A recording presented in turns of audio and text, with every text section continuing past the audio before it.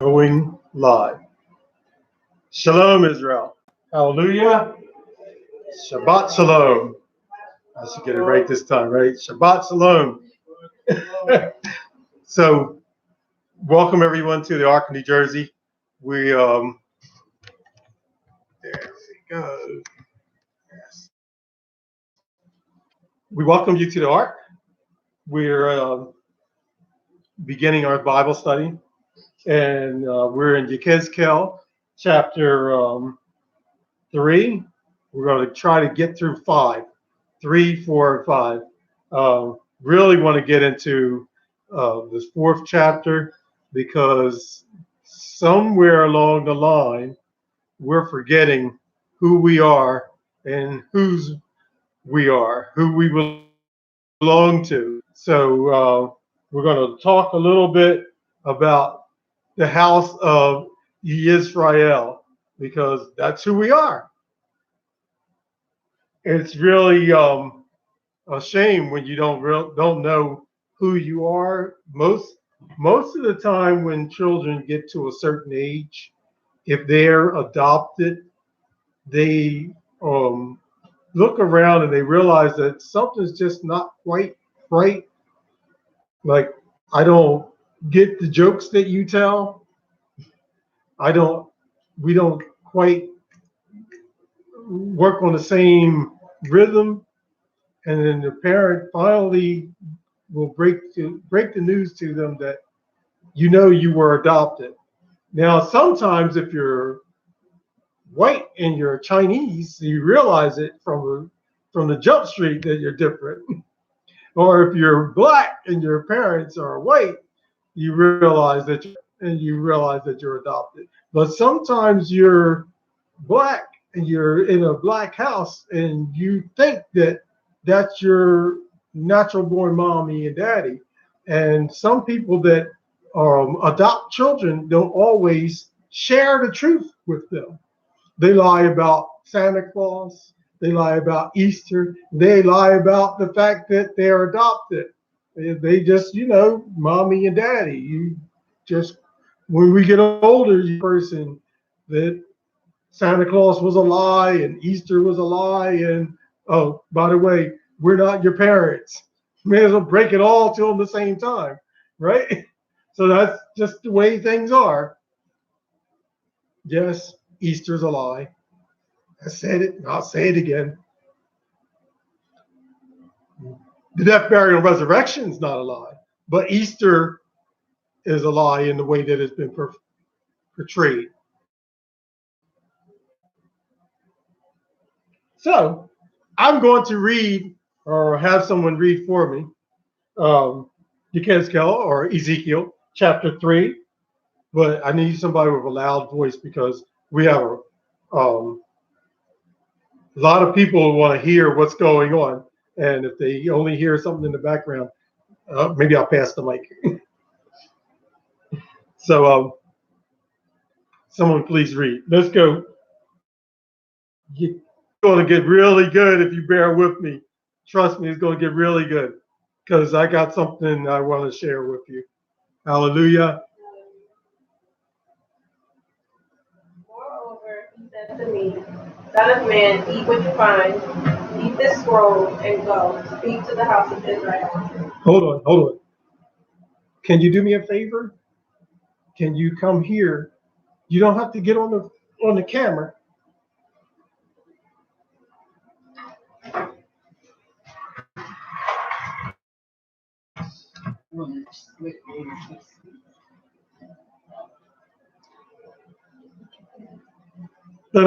I'm back. Tell me if you can hear, okay? Mark says that Ebony just had him reading Ezekiel chapter 3 this morning. You were in Ezekiel last night? All right, here we go. Let's go. Moreover, Man, eat what you find, eat the scroll, and go. Speak to the house of Israel. Okay, I'm not going to interrupt a lot of verse 3, but you're going to see this over and over again. Speak to the house of Yisra'el. And she's going to read this, and it's going to say the same thing in your book. I don't care who you are, it's going to say the same thing. The book was written for particular people, especially when you're reading through the Old Testament. It's talking about a family and it's calling out a certain people. So you're speaking to Yechezk'el, and I will probably be using his name, Yechezk'el, more than Ezekiel, but that's who I'm talking about, right? He said, moreover, he said to me, son of man, eat. Last week we were talking about you are what you eat. And he's now telling them, I'm going to send you to a particular people, to the house of Israel. Okay. So I opened my mouth, and he caused me to eat that scroll. And he said, son of man, feed your belly and fill your stomach with the scroll that I gave you. So I ate, and it was in my mouth like honey and sweetness.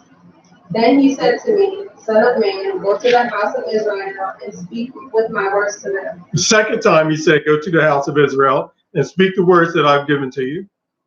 For you are not sent to a people of unfamiliar speech and a hard language, but to the house of Israel. There's a people out there that have a hard language, English. They have a hard language, Chinese. They have a hard language, German. They have a hard language, Russian. He said, I'm not sending you to all these languages. I'm sending you to one particular people that will understand. Only the children of Yisra'el can really understand his words anyway. Go ahead. Not too many people of unfamiliar speech and of hard language, whose words you cannot understand. Surely had I sent you to them, to you. But the house of Israel will not listen to you, because they will not listen to me. Boy, are you listening to me? Didn't I tell you to get up off of that table? What? When your mom talked to you like that, you know that you better pay attention. How come we are so hard-headed that everybody going home when they're supposed to, except for you? It used to be a thing that we were back in the day. That street light come on, you make your butt home. How come we always the one that's the last one walking through the door? Because we hard-headed. And guess what? That was another generation. This generation is just as bad, if not worse. Now we got cell phones. We used to have a phone in the house. And that was the only phone. But we were home on time when Issy, I used to name. Issy's calling me at 7 o'clock. I'm gonna be home to make sure that I get that call. You're on time for the flesh, but not on time for Yah. Now you got cell phones, and you can't help but be on time. All right, I just got started. I got 3 chapters to get through. I was just reminded. All right, go ahead. Where are we at? 7. But the house of Israel will not listen to you, because they will not listen to me. For all the house of Israel are impudent and hard-hearted. Behold, I have made your face strong against their faces, and your forehead strong against their foreheads. Like adamant stone, harder than flint, I have made your forehead. Do not be afraid of them, nor be dismayed at their looks, though they are a rebellious house. Moreover, he said to me, son of man, receive into your heart all my words that I speak to you, and hear with your ears. And get to the captives, to the children of your people, and speak to them and tell them, thus saith Yahweh Elohim, whether they hear or whether they refuse. Then the Spirit lifted me up, and I heard behind me a great thunderous voice. Blessed is the glory of Yahweh from his place. I also heard the noise of the wings of the living creatures that touch one another, and the noise of the wheels beside them, and a great thunderous noise. So the Spirit lifted me up and took me away, and I went in bitterness in the spirit, but the hand of Yahweh was strong upon me. Then I came to the captives at Tel Aviv, who dwelt by the river Chebar, and I sat there where they sat, and remained there astonished. And I sat where they sat, and remained there astonished among them 7 days. Now it came to pass at the end of 7 days that the word of Yahweh came to me, saying, Son of man, I have made you a watchman for the house of Israel. Therefore, hear a word from my mouth and give them warning from me. It's amazing that Yah he's done this continuously, and he will always do this. He will always set up a watchman, a defender for us. So, or a what do you call the when you go to court, we'll give you a public defender, a Hebrew defender, someone standing for you and watching out for you. And there's always been someone set in leadership in Zion, trying to help to guide you and look over for you. In the New Testament, it talks about pastors pastoring over you, right? The Old Testament, you had priests and prophets watching over you, right? So he's always had somebody taking, Abraham leadership or Moses leadership. Some of them not even so nice. You would look at, how is he a leader? Samson, leadership, right? David, leadership. It's always and I showed you earlier, he's cyclical. He will not leave you without a pastor or a shepherd, an under shepherd, helping you to and watching over for you. All right. Verse 17. Oh my goodness, we went past 12 so fast, guys. I'm not going back. He will give you a watchman. I have made you a watchman for the house of Israel. Therefore, hear a word from my mouth and give them warning from me. When I say to the wicked, you shall surely die, and you give him no warning, nor speak to warn the wicked from his wicked way to save his life, that the same wicked man shall die in his iniquity, but his blood I will require at your hand. Sorry. Yet, if you warn the wicked, and he does not turn from his wickedness, nor from his wicked way, he shall die in his iniquity, but you have delivered your soul. Again, when a righteous man turns from his righteousness and commits iniquity, and I lay a stumbling block before him, he shall die, because you did not give him warning.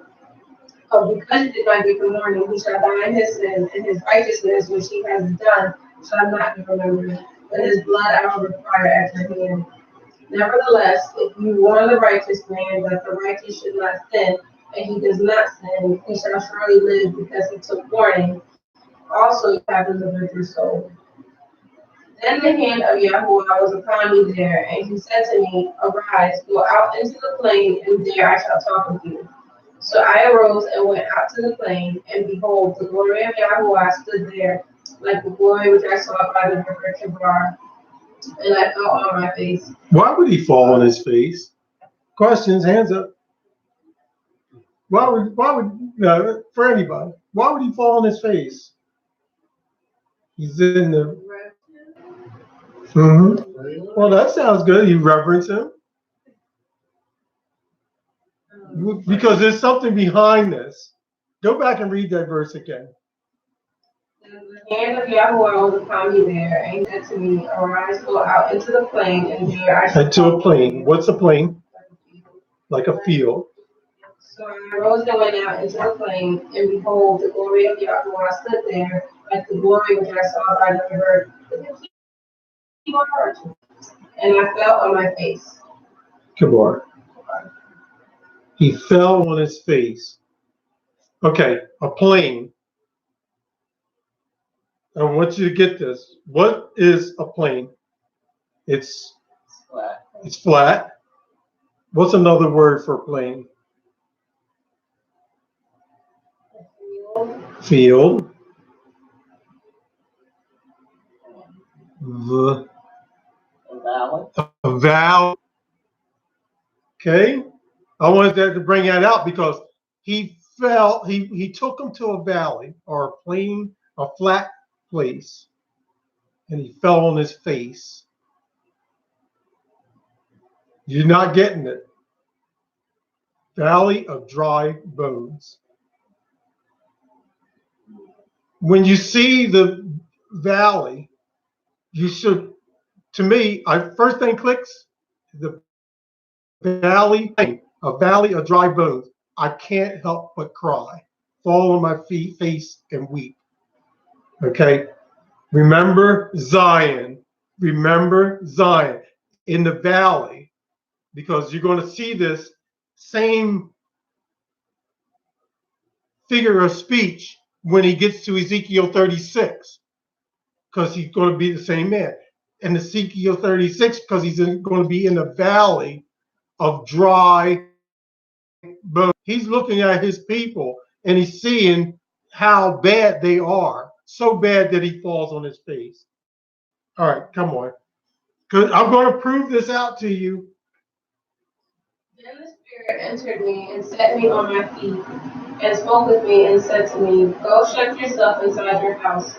And you, O son of man, surely they will put ropes on you and bind you with them, so that you cannot go out among them. I will make your tongue cling to the roof of your mouth, so that you shall be mute and not be with them. Did we read that earlier? Where did we read that? Psalms 137. I will cleave, I will make you mute. You won't even be able to speak. He told him earlier, I want you to go and speak to these people. But at there is a time, there's a place and time for everything. There's a time when God says, you know what? I don't even want you to talk right now. Just absorb this. Attention to what's going on. So he shut his mouth for a minute. 26. I will make your tongue cling to the roof of your mouth, so that you will be mute and not be one to rebuke them, for they are a rebellious house. But when I speak with you, I will open your mouth, and you shall say to them, Thus says Yahweh Elohim.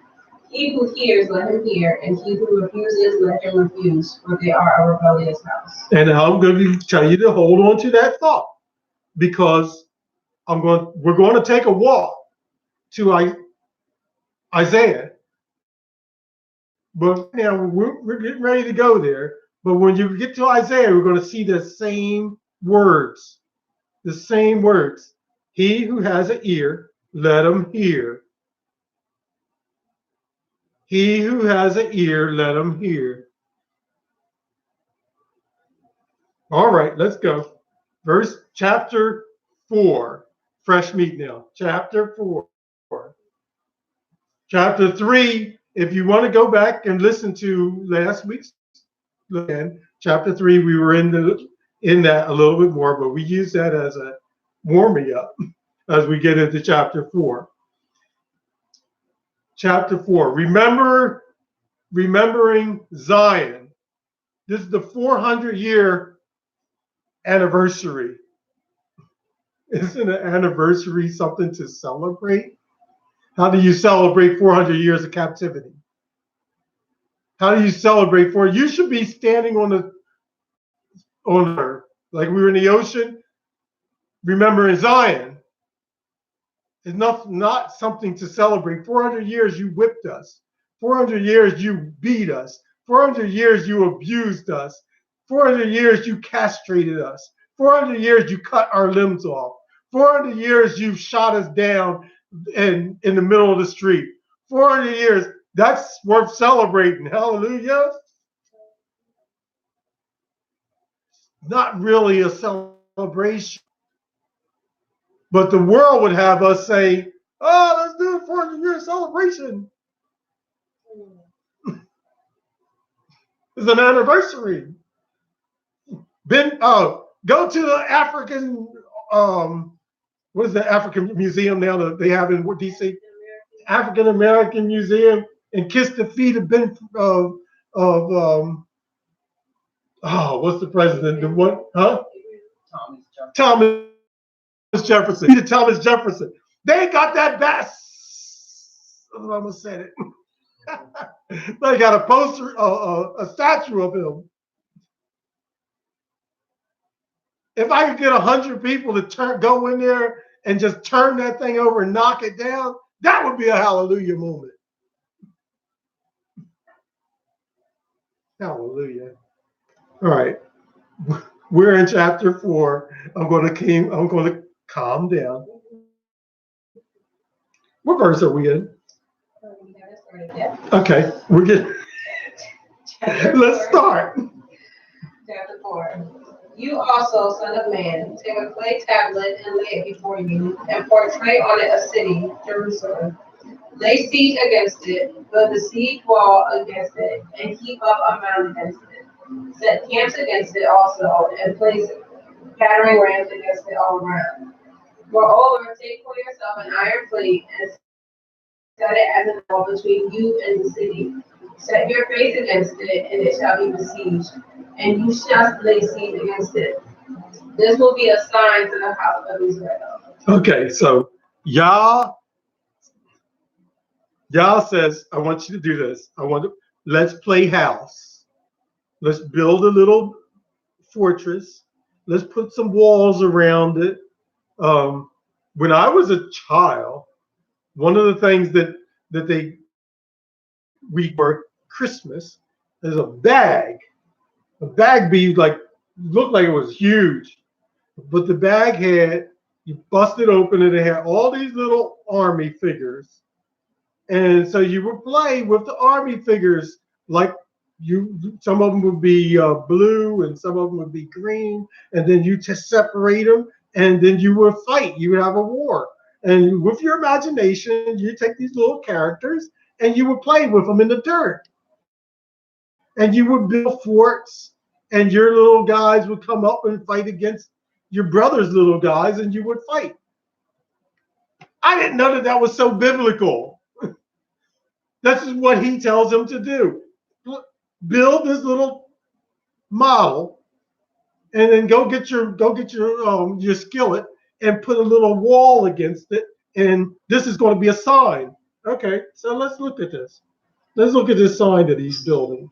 Verse 4. Verse 4. Lie on your left side, and lay the iniquity of the house of Israel upon it. According to the number of the days that you lie on it, you shall bear their iniquity. For I have laid on you the years of their iniquity, according to the number of the days, 390 days, so you shall bear the iniquity of the house of Israel. And when you have completed them, lie again on your right side, then you shall bear the iniquity of the house of Judah 40 days. I have laid on you a day for each year. Therefore you shall set your siege of Jerusalem, your arm shall be uncovered, and you shall prophesy against it. And I will surely restrain you, so that you cannot turn from one side to another till you have ended the days of your siege. He's a sign. Tie yourself up and lay down for a year, more than a year. And I'm going to make it so you can't move. Anybody been in the hospital for any period of time? What does the nurse do with that person that's laid in the bed for a minute? Exactly. Turn them so they don't get bed sores. 390 days. What's that got to do with us? 390 days he laid there. People had to feed him. People had to change him. He didn't move. He couldn't move. And for each day represented a year of us being abused and used because of our disobedience. After 390, he had him turn to the other side so he could get bed sores. To the other side and do another 40, right?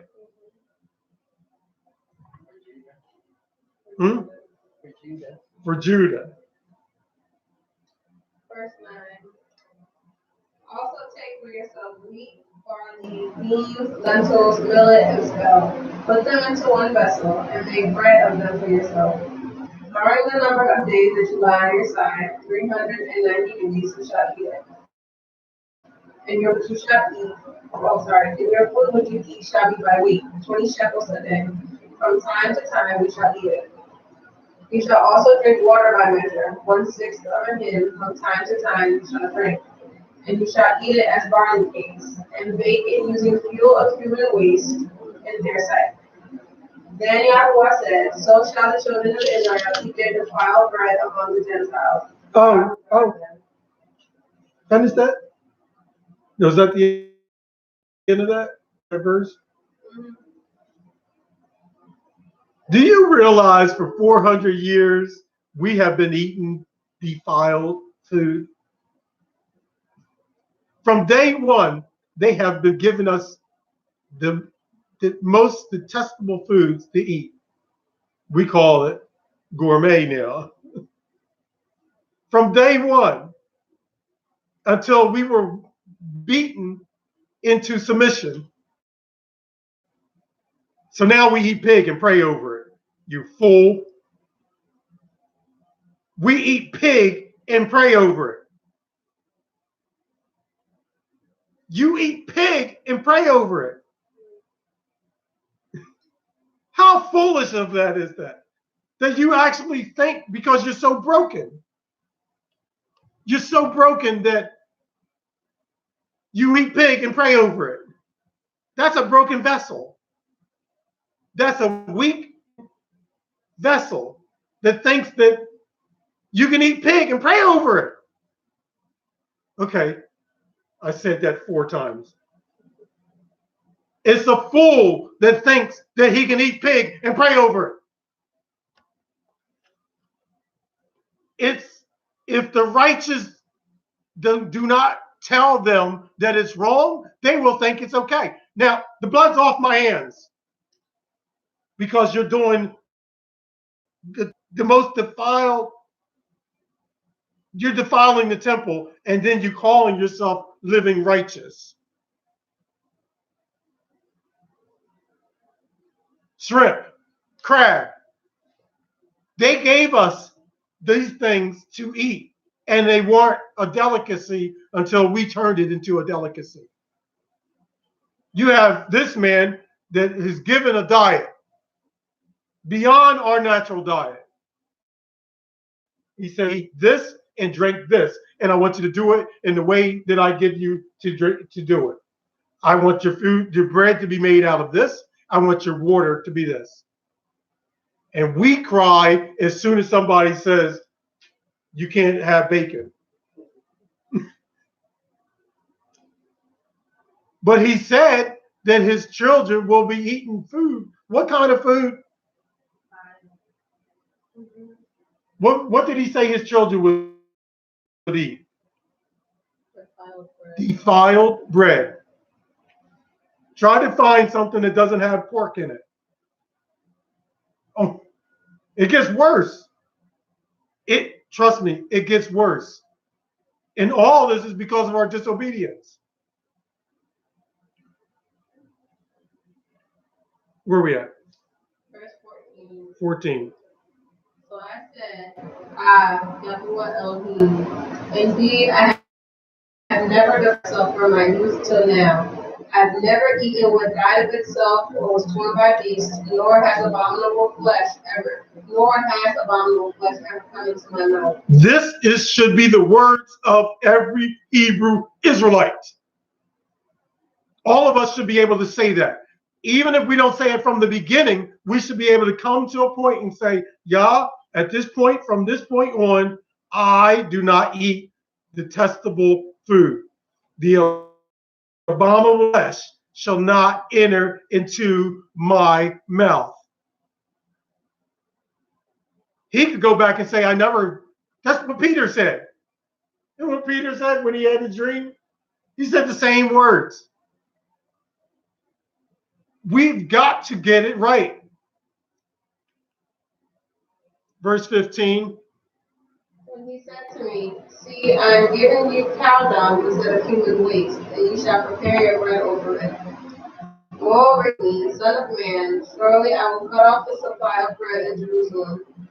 They shall eat bread by weight and with anxiety, and shall drink water by measure and with dread, that they may lack bread and water and be dismayed with one another and waste away because of their iniquity. This could get worse, and trust me, it is. Because when you read through the prophet, read through Moses, right? Deuteronomy 28, it gets read the curses. They get worse. They're a lot worse than the blessings, if you can take it. Some of us can't take blood and violence. So when we see something that looks bad, we turn away and look for something that looks good. I'll throw a dollar. We look for something that looks good. Joel Osteen. We don't want to hear truth, so we turn to, name one for me. Jake's. We don't want to look to what is really good for us, so we want something. Who's the guy down in Baltimore? I mean, that took over that church down there with Bryant. Anybody that sound good? We're going to step into first chapter 5. Chapter 5. And you, son of man, take a sharp sword, take it as a barber's razor, and pass it over your head and your ear. Then take scales to weigh and divide the hair. This guy, Yechezk'el, I admire this man because he just, whatever y'all tells him to do, he's just like, okay, y'all, I got this. For 430 days, was it 430? He made him lie on his side. See, now here's the question. You're thinking that Yah is going to come and do something in the 400th year. And you're thinking that this is the 400th year. But we're having problems even figuring out what is the true holy days, because our calendar is all jacked up. The only thing that's not been jacked up is Shabbat. Everything else has been jacked up. So now we're like following the Enochian calendar. Should we be following this calendar, or should we be following? And so we're not sure that the 400-year mark, according to Yah's calendar, is our 400-year mark. We're not sure that that exact day that we just taken somebody else's word for it. But we know it's close. It's somewhere close. We've been here for at least 400 years in captivity. And you think that we're not in captivity, go to the prisons and ask them, are we in captivity?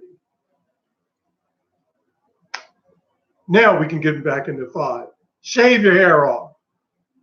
Your face, your head, shave it all off. All these things work. I'm going to show you. My son. I guess you can read that. That's my sign for today. All these were assigned to Yisra'el. All right, shave it all off. Let's see what happens now. Verse 2. You shall burn with fire 1/3 in the midst of the city when the days of the siege are finished. Then you shall take 1/3 and strike around it with a sword. There you shall scatter in the wind. I will draw out a sword after them. You shall take. You shall also take a small number of them and bind them in the edge of your garment. Then take some of them again and throw them into the midst of the fire, and burn them in the fire. From there a fire will go out into all the house of Israel. He's burning. What's he burning? His hair, right? He's burning up all hair, right? He's cutting some of it up. This is a sign to the house of Yisra'el. We should have seen this a long time ago. In America, we should have seen this a long time ago, when we start seeing all the atrocities that's been occurring to us. And it's not just in America, it's throughout the whole world. Because there's a cleaning up that need to be taking place. Y'all are so wicked. You know, it's easy to point at the church. It's easy to point at the white man. It's easy to point at the outside interference, but there's inside interference. There's some stuff that we got to clean up in house. And y'all says, you know what? I gotta help you out.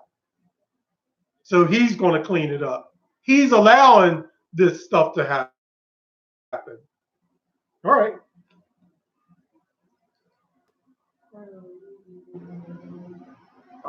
Verse 5.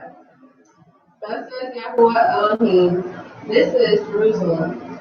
I have set her in the midst of the nations and the countries all around her. I've set her in the midst of the nations and all the countries. The going, is that how you say it? Goyim, thank you. All the Goyim, all around. Put you in the midst. Verse 6.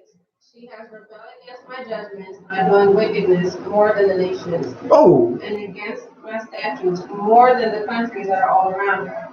For they have refused my judgments and they have not walked in my statutes.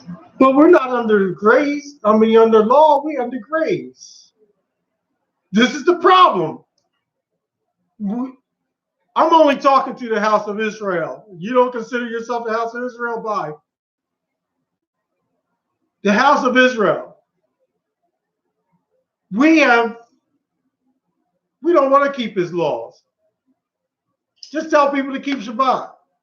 And we come up with excuses, even the ones that came to know him. We fight it like it hurts because we rather do it our way as opposed to doing it y'all's way. We're worse than the nations. I ain't saying it. He said it in the book. He's worse than the nations. I've given you a law. The law is good. The law is perfect. The law is holy. The law is righteous. And we do everything we can to fight it. When you feel like, I don't want to keep Shabbat, that's your flesh. I don't want to, that's your flesh. You know it, you'll feel it, and then you'll walk in it. When you're obedient is when I will fight to do what's right. If I have to walk a mile to get to the gathering, because that's my request, that's Yah's request, that we come together. Don't let your flesh rule. Please. Okay. Verse 6. Read 6 again.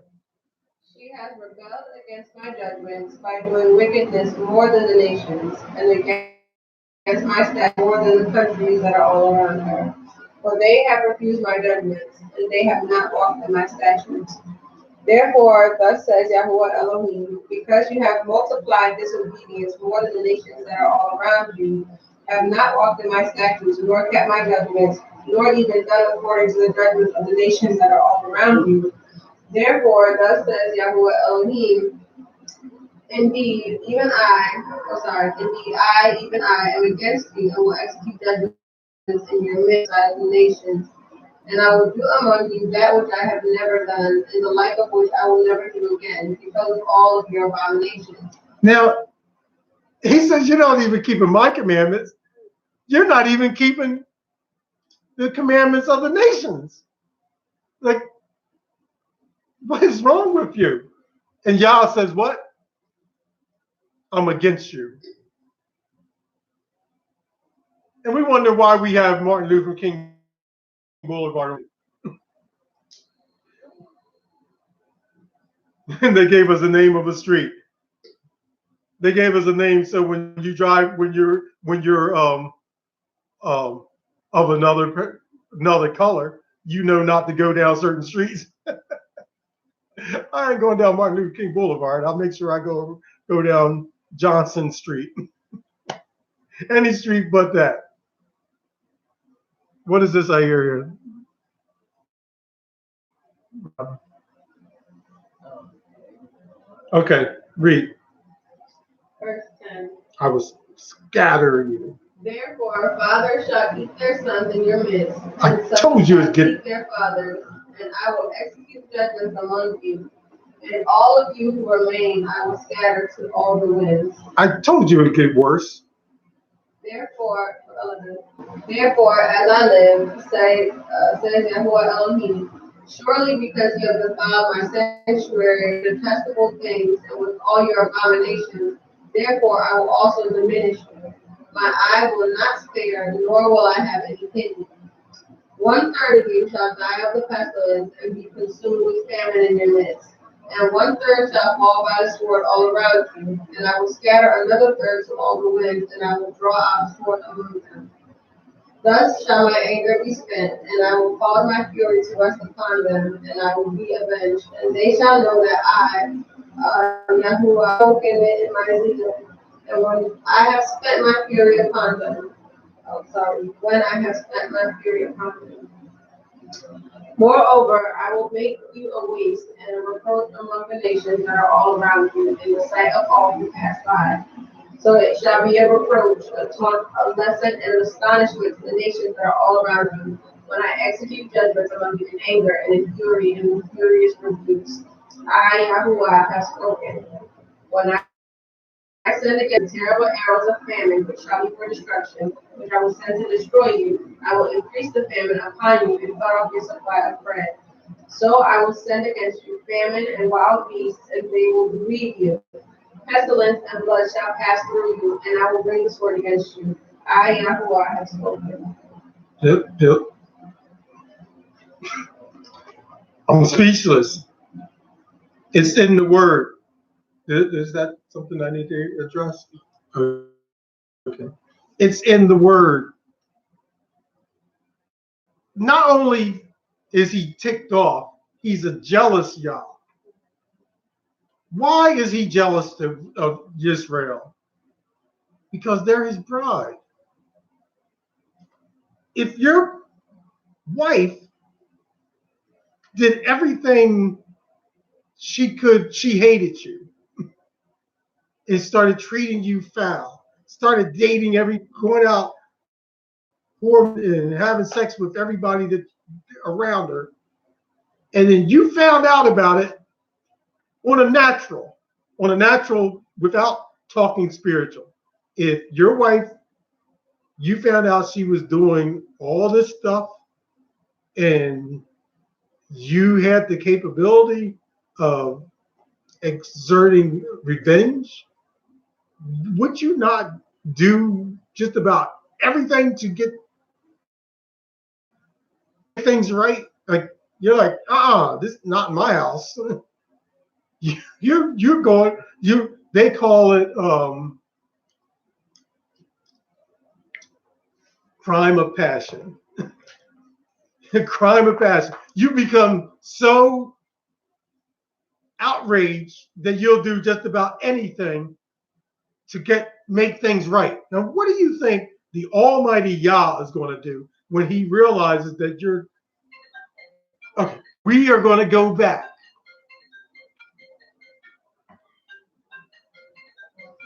I hear it.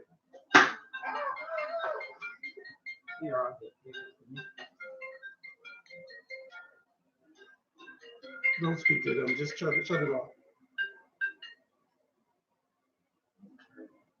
All right. So I don't want to rush through this. So let's go back to verse 12 and read that again. We're going to repeat. You ever go? Sometimes you're like not really paying attention, but you're looking at a TV show or something, and somebody just says something, and so you start listening to them, but you let the show continue, and then you're like, oh, I gotta go back and hear that. So now you're going to flashback. We're going to rewind. Verse 12. 1/3 of you shall die of the pestilence and be consumed with famine in your midst. And 1/3 shall fall by the sword all around you, and I will scatter another third to all the winds, and I will draw out a sword after them. So when you start seeing all this stuff happening to your people, yeah, you get mad, when you see the person with the gun, the person with the whip, but you're missing something. Remembering you're missing that these people are. It's almost like you causing this by your disobedience, and you're like, well, I didn't see him do anything. Why do you think somebody gets shot down, chokehold, shot in the backyard, shot in a park, a little kid, shot in the car with people in it, and you're quickly to say, but he didn't do anything. But these atrocities that we see are happening all come back to us being disobedient. You don't see the pieces coming together because you don't see that person doing something evil or wrong at that particular time. But it's because of our nation that we're in this mess that we're in. We should be crying out to Yah for deliverance, for true salvation. That he will come, that he'll pull out the sword against the enemy. But we are so caught up in loving the enemy that we love the enemy more than we love ourselves. That we're not thinking about ourselves. We're like, because if he come back, he's going to kill those poor.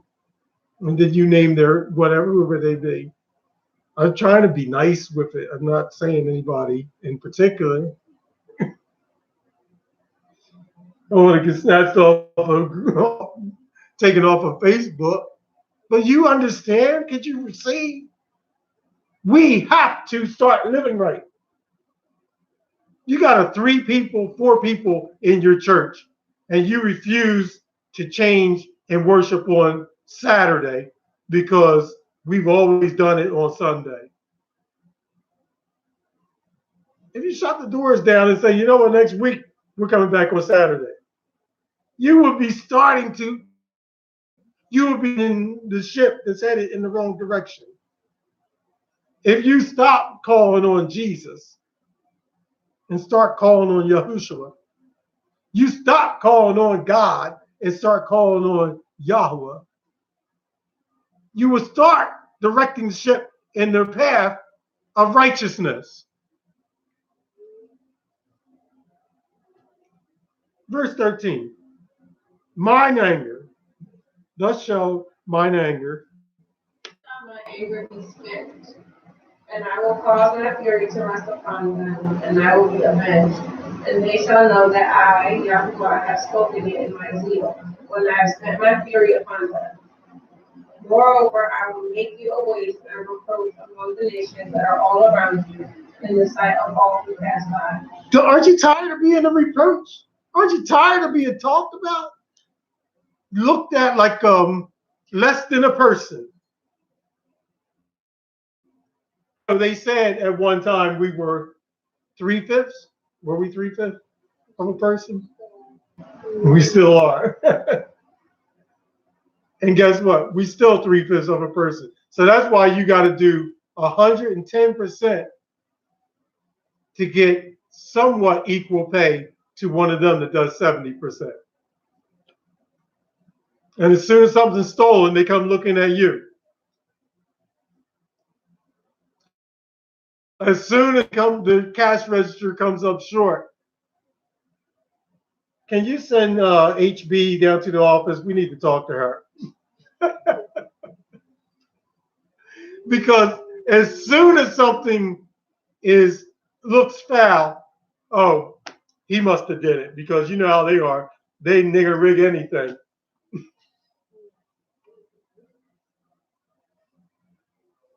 A reproach. All right.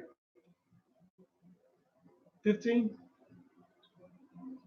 So it shall be a reproach, a taunt, a lesson, and an astonishment to the nations that are all around you, when I execute judgments among you in anger and in fury and in furious rebukes. I, Yahuwah, have spoken.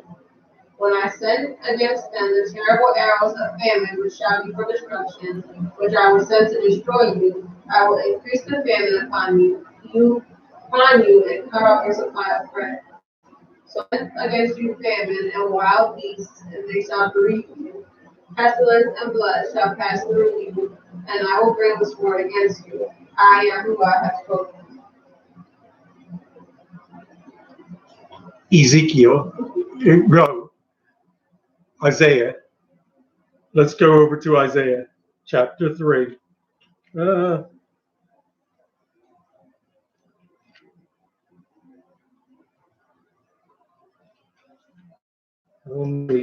on.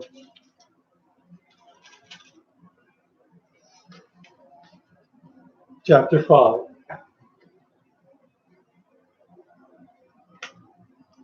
Chapter 5. Mm-hmm. Now let me sing to my well-beloved a song of my beloved regarding his vineyard. My well-beloved has a vineyard on a very fruitful hill. Okay, so what in Psalms 137? Sing a song of Zion, right? And dance. But sing a song of Zion. All right, so here is a song of Zion. All right, so let's go back. And now I will sing. Start at 1 again. Now let me sing to my well-beloved a song of my beloved in his vineyard. My well-beloved has a vineyard on a very fruitful hill. He dug it up and cleared out its stones and planted it with the choicest vine. He built a tower in its midst, and also made a winepress in it. So he expected it to bring forth good grapes, but it brought forth wild grapes. And now, O inhabitants of Jerusalem and men of Judah, judge, please, between me and my vineyard.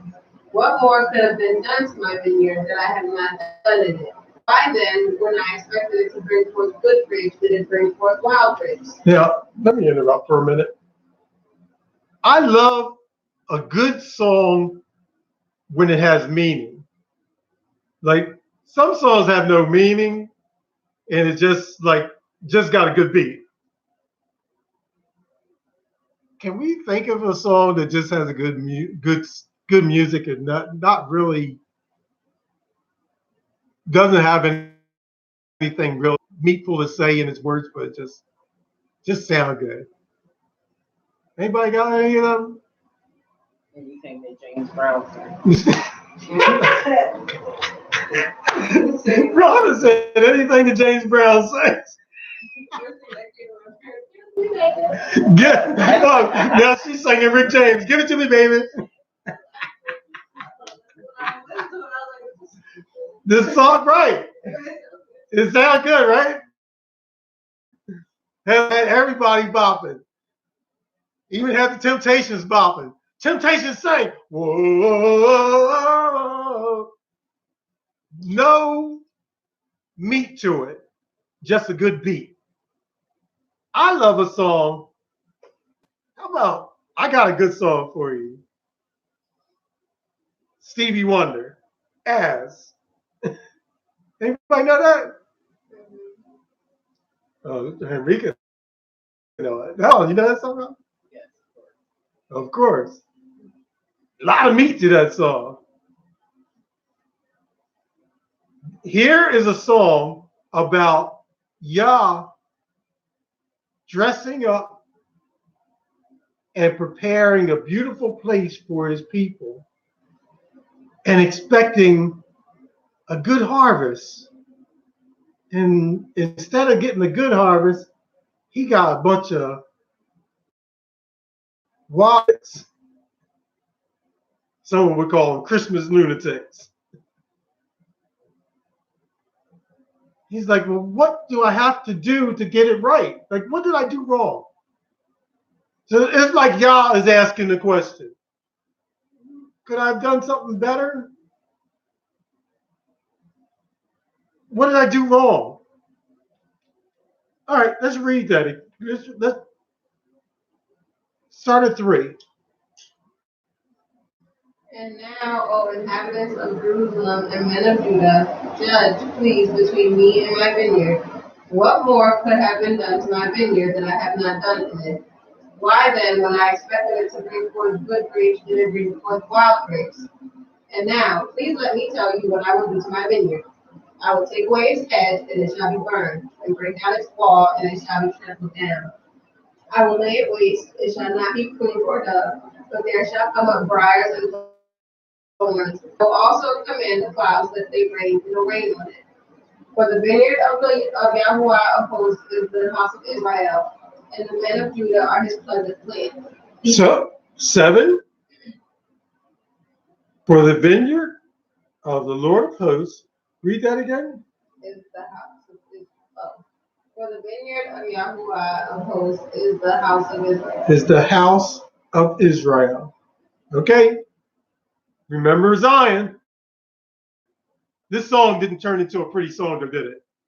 This turned into a Cowboys, one of those Western songs. It didn't turn out pretty. It turned out pretty sour.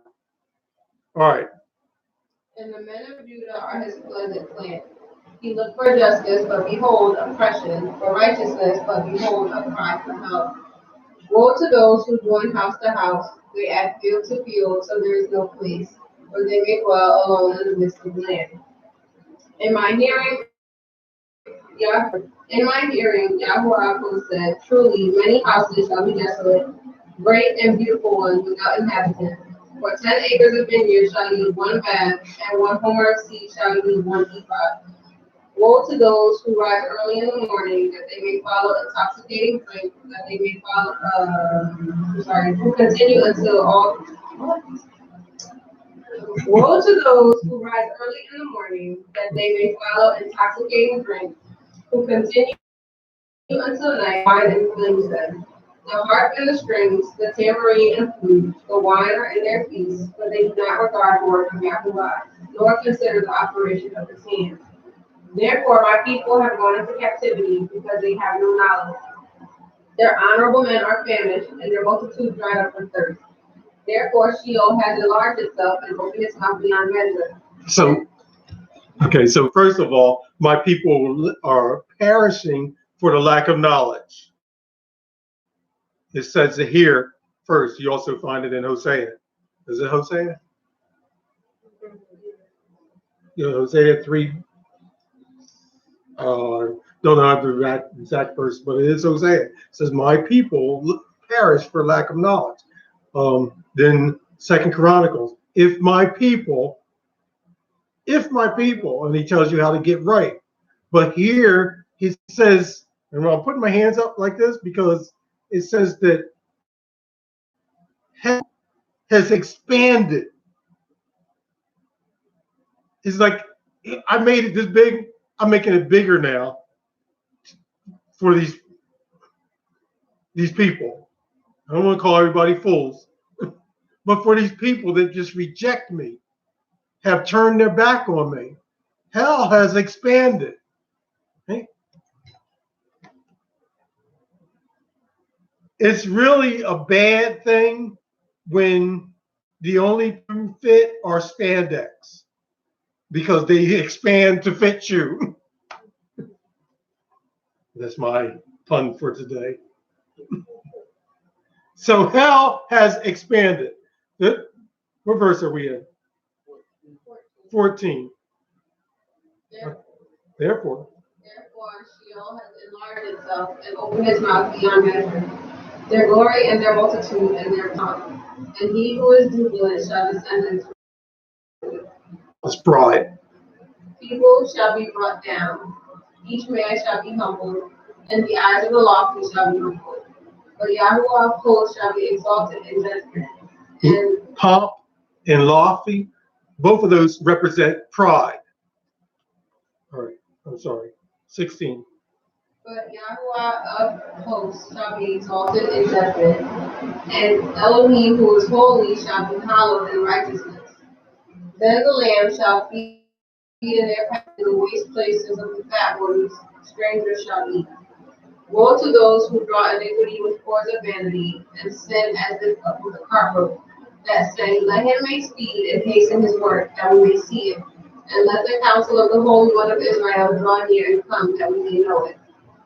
Woe to those who call evil good and good evil, who put darkness for light and light for darkness, who put bitter for sweet and sweet for bitter. Woe to those who are wise in their own eyes and prudent in their own sight. Woe to men mighty at drinking wine. Woe to men valiant for mixing intoxicating drink, who justify the wicked for pride, and take away justice from the righteous man. Therefore, as the fire devours the stubble, and the flame consumes the chaff, so their root shall be as rottenness, and their blossom will ascend like dust, because they have rejected the law of Yahweh of hosts, and despised the word of the Holy One of Israel. We got to read over again because the law is done away with. 24 again. Therefore, as the fire devours the stubble, and the flame consumes the chaff, so their root will be as rottenness, and their blossom will ascend like dust, because they have rejected the law of Yahweh of hosts, Their root. and despised the word of the Holy One of Israel. Their root shall be as rottenness. The root. You got to hear this. Their root, their foundation. The root is what's under the ground. When you grow a plant, the root. And so that one verse. You need to hear that.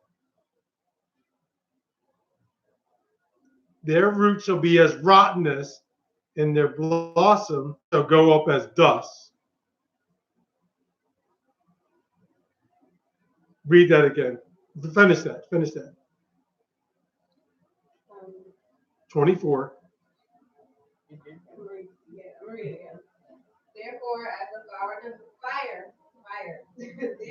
as the fire devours the stubble, and the flame consumes the chaff, so their root will be as rottenness, and their blossom will ascend like dust, because they have rejected the law of Yahweh of hosts. They have rejected the law of Yahweh of hosts, and despised the word of the Holy One of Israel.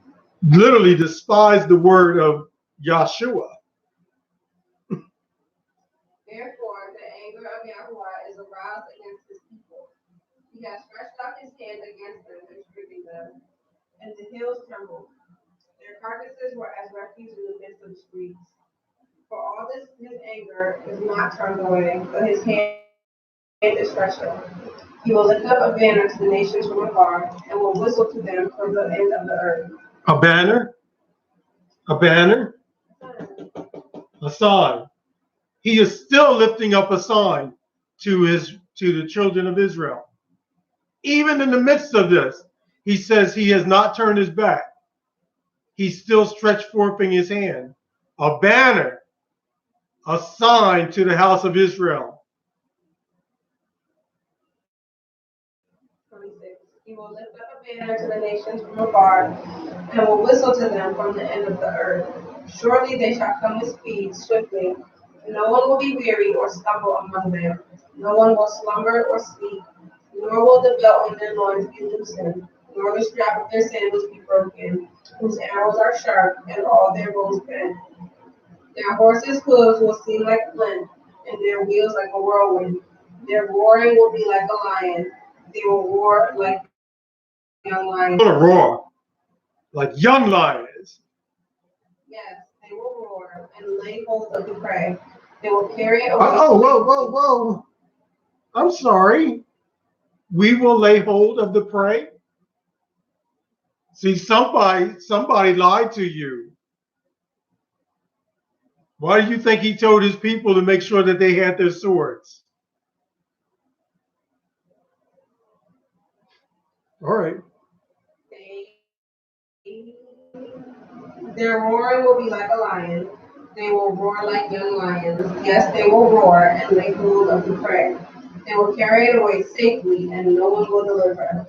And that day they will roar against them like the roaring of the sea. And if one looks to the land, behold, darkness and sorrow, and the light is darkened by the clouds. Now you're going to love what I got to go. I have to continue just for a few more minutes. We're going to try to finish this off, but We got to go 6. Because when we started, we were in Yechezk'el chapter 3, and we were looking at, we had just came out from watching a wheel in the middle of a wheel, and the cherubim standing before the throne, and then he got into Yechezk'el talk, the word coming to you, and then he had these visions, and he had to lay down, right? But let's not forget where we were at, because we're circling back. All right, 6.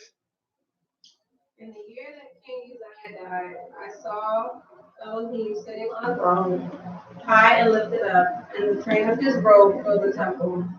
Above it stood seraphim. Each one had 6 wings. With 2 he covered his face. With 2 he covered his feet.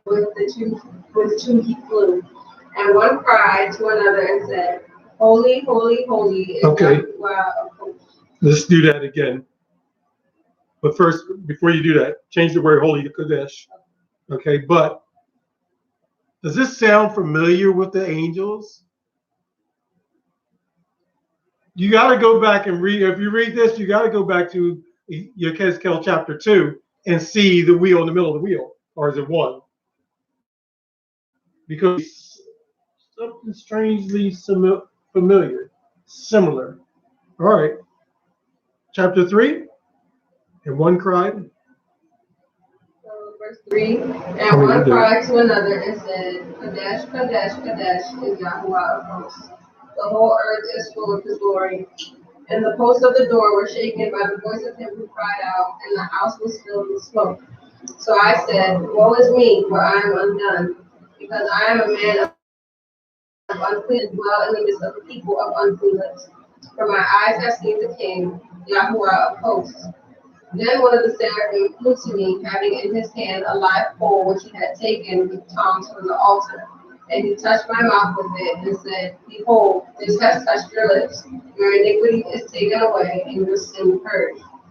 Also, I heard the voice of Elohim saying, "Whom shall I send, and who will go for us?"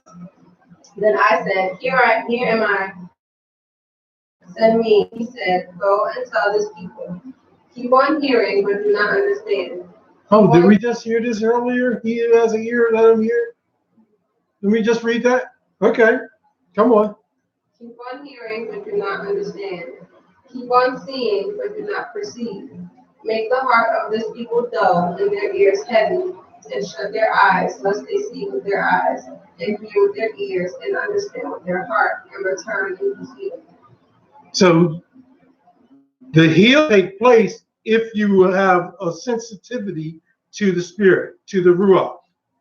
The ruach is the one that's going to make the difference. You can talk to some people I say this almost every week, till you're blue in the face, and they're not going to make the change because they're dull of hearing. Their hearts have been hardened. We're trying to reach out, crying out and spare not. Hopefully that somebody will hear the truth and they will turn from their ways. Your wicked ways is when you refuse to accept Torah. You refuse to follow in the footsteps of Yahushua. You think that, oh, I believe in Jesus and I'm saved, but you don't do what he does. That's hypocritical. The book says to do as they did, but don't do as they do. Do as they say, but not as they do. They always are following Torah. They may have been wrong about their actions, but they were right in what they were saying.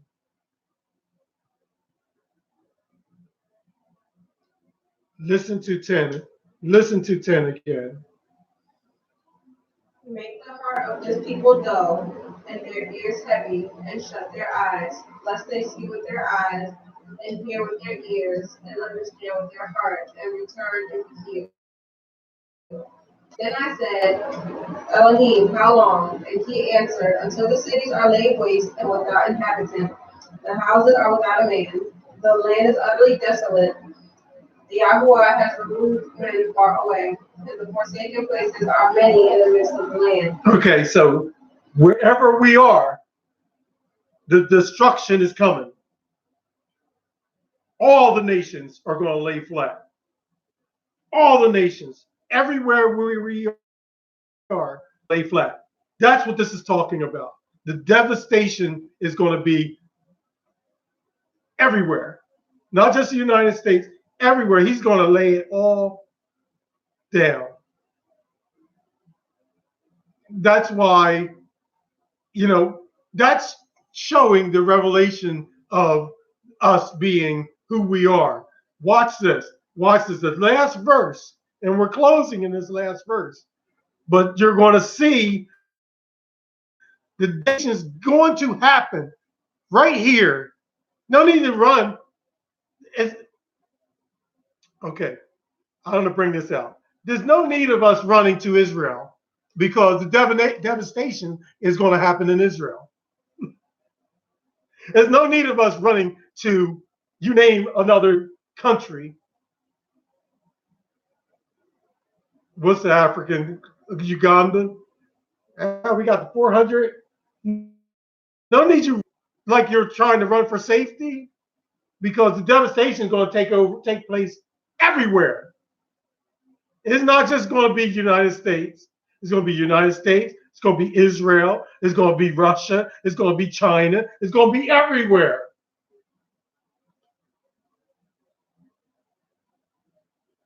So why are we packing up? Thinking we're going to run for safety? We are asked to gather. Now that we have to do. Whether we gather in outside of a city, whether we should be finding places using a little bit of common sense, getting a little bit away from the sudden destruction because the destruction is coming. But trying to run away for safety ain't happening. Listen to this next verse. Isaiah chapter 6, 13. But yet a tenth will be in it. It will return and be consumed. Yet a tenth. Yet a remnant. A remnant. As a terebinth tree or as an oak, whose stump remains when it's cut down, so the Kodesh seed shall be itself. So the Kodesh, the righteous seed, Shall be itself. shall remain. We shall remain. He will not destroy the righteous. Remembering Zion. When Yah returns, the one thing that he is going to remember is Zion. Are you or are you not Kodesh? Ray said that's why Shalom. he said that's why he had to, that's how I felt about immersion.